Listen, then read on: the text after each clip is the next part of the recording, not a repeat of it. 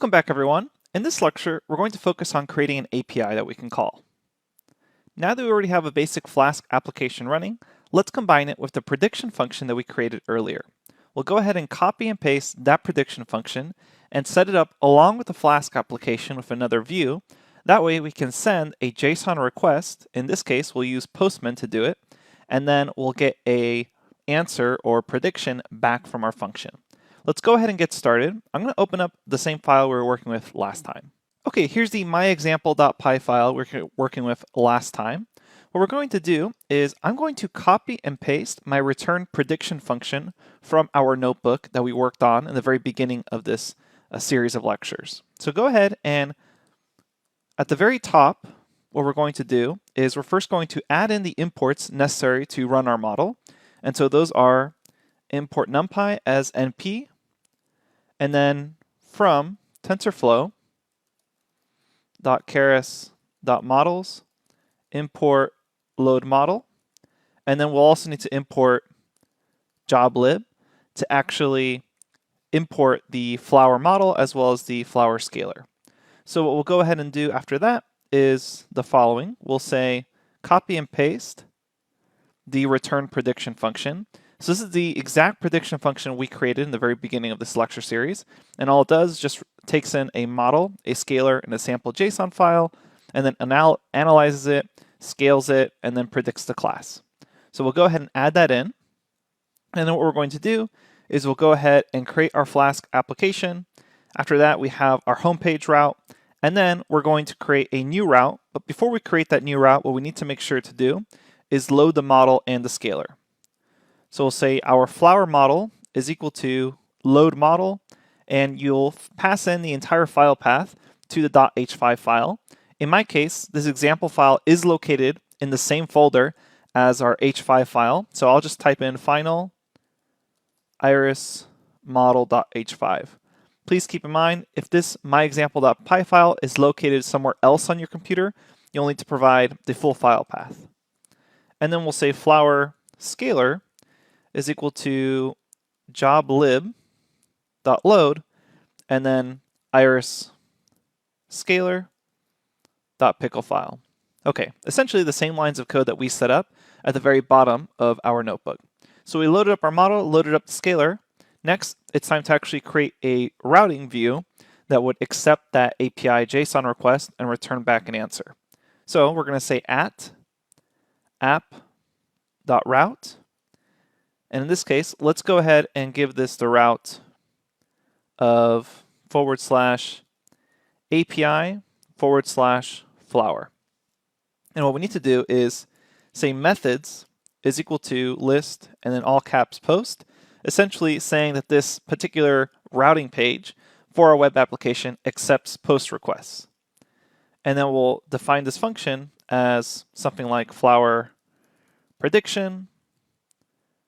And then we take the content and say that's equal to request.json.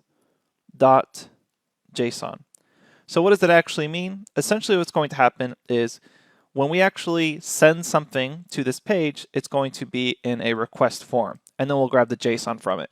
In order to use this, what we need to do is scroll back up here and say from Flask import not just Flask anymore, but now we also need to add in that request. So that's where request is coming from. And then later on, what we're also going to do is use JSONify to actually return the results. So we'll say JSONify. And these are all already built into Flask. So you just import Flask, request, and JSONify. Essentially using request to actually accept the JSON request data, and then using JSONify to send it back out. So we come back down here. We'll go ahead and take the request, grab the JSON from it, and that's essentially the content itself. And that content is what we pass in to our return prediction function. So I will say results is equal to return prediction, where my model is equal to the flower model that I just created or loaded up. The flower scalar is the scalar, and then the sample JSON is the content. After that, we will simply say, go ahead and return not just the results, but since I want to return this as JSON, I'll say JSONify the results. Recall the results is essentially just a single string. Okay, So that's all you should have to do. Let's go ahead and save our changes. Make sure you save the changes, otherwise you won't see anything. Then open up your Anaconda prompt or your command line. And now what we're going to do is we'll say Python, and we'll run my example.py. Go ahead and hit enter. And you should see actually a little bit possibly of TensorFlow uploading, since we are importing it at the very beginning of the top file. But eventually, after it uploads this, what you should notice here is that it says that the server is running. So then go ahead and open up your browser. And upon opening the browser, you should see when you go to 127.0.0.1.5000, you'll see Flask app is running. So this confirms that the home page routing is running. What you need to do now is you need to download Postman. So let me show you how to do that. For Postman, what you're going to be doing is going to google.com and just say Postman download, hit enter, and you should see right at the top, download the Postman app, which is at getpostman.com. Click on that link, and Postman is available for Windows and Mac OS and Linux, so make sure you're choosing the correct download, whether it's 32-bit or 64-bit for Windows, or if you're on Mac OS or Linux, download the correct versions there. Essentially what it is, it's this nice graphical user interface for sending out JSON requests, which is why we're going to be using it here. Later on, we'll also show you how to run this programmatically. Go ahead and download and install Postman, and then open it up on your computer. I'm going to forward to downloading it and opening it since I already have Postman installed. All right, upon launching Postman, it may ask you to register, but you should see at the bottom that you can skip the registration and just use Postman itself. Then we're here at the essentially main homepage of Postman. What we're going to do is create a new request with Postman to send JSON to our running web application as an API. So go ahead and click on New here, and then what we're going to do is send a request. So we'll send a basic request here. You can go ahead and give this request a name, such as flower prediction, and then you can give it a request description, essentially pass flower measurements, get back flower class prediction.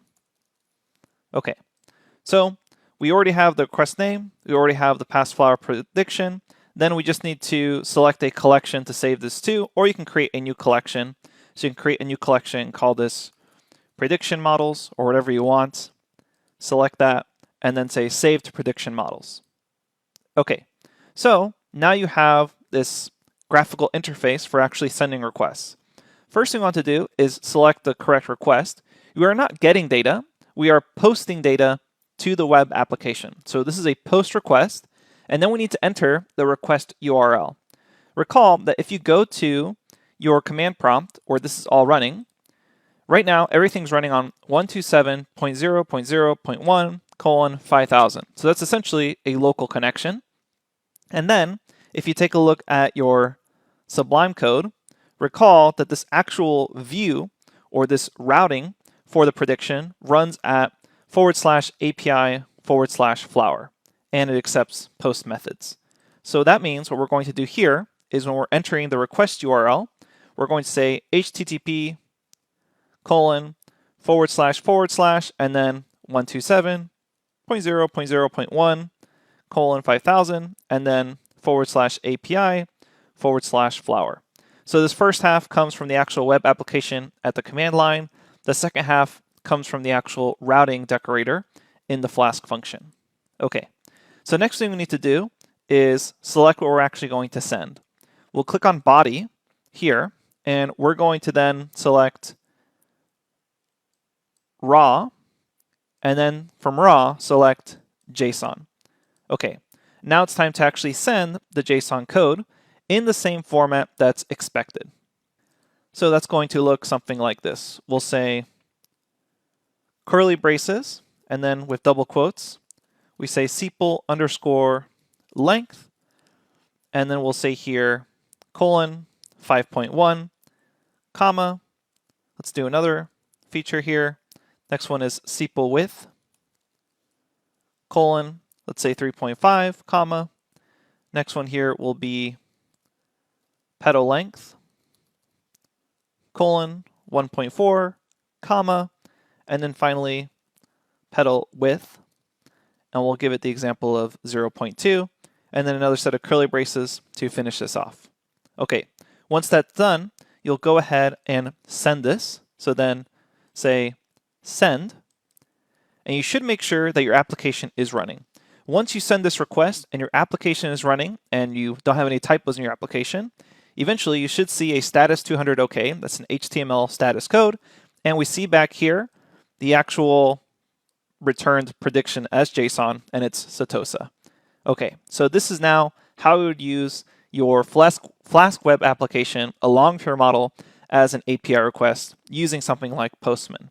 And if you're already familiar with different ways of sending API requests through a post method, you can now see how you could send this JSON code through whatever your preferred method is. But Postman happens to be one of the easiest for testing. And so what we did right now is we combined our TensorFlow model with a Flask web application to create an API that can be requested through JSON. Coming up next, what we're going to do is we're going to show you how you could send this request using basic Python code as well, in case you wanted to do this programmatically. I'll see you at the next lecture.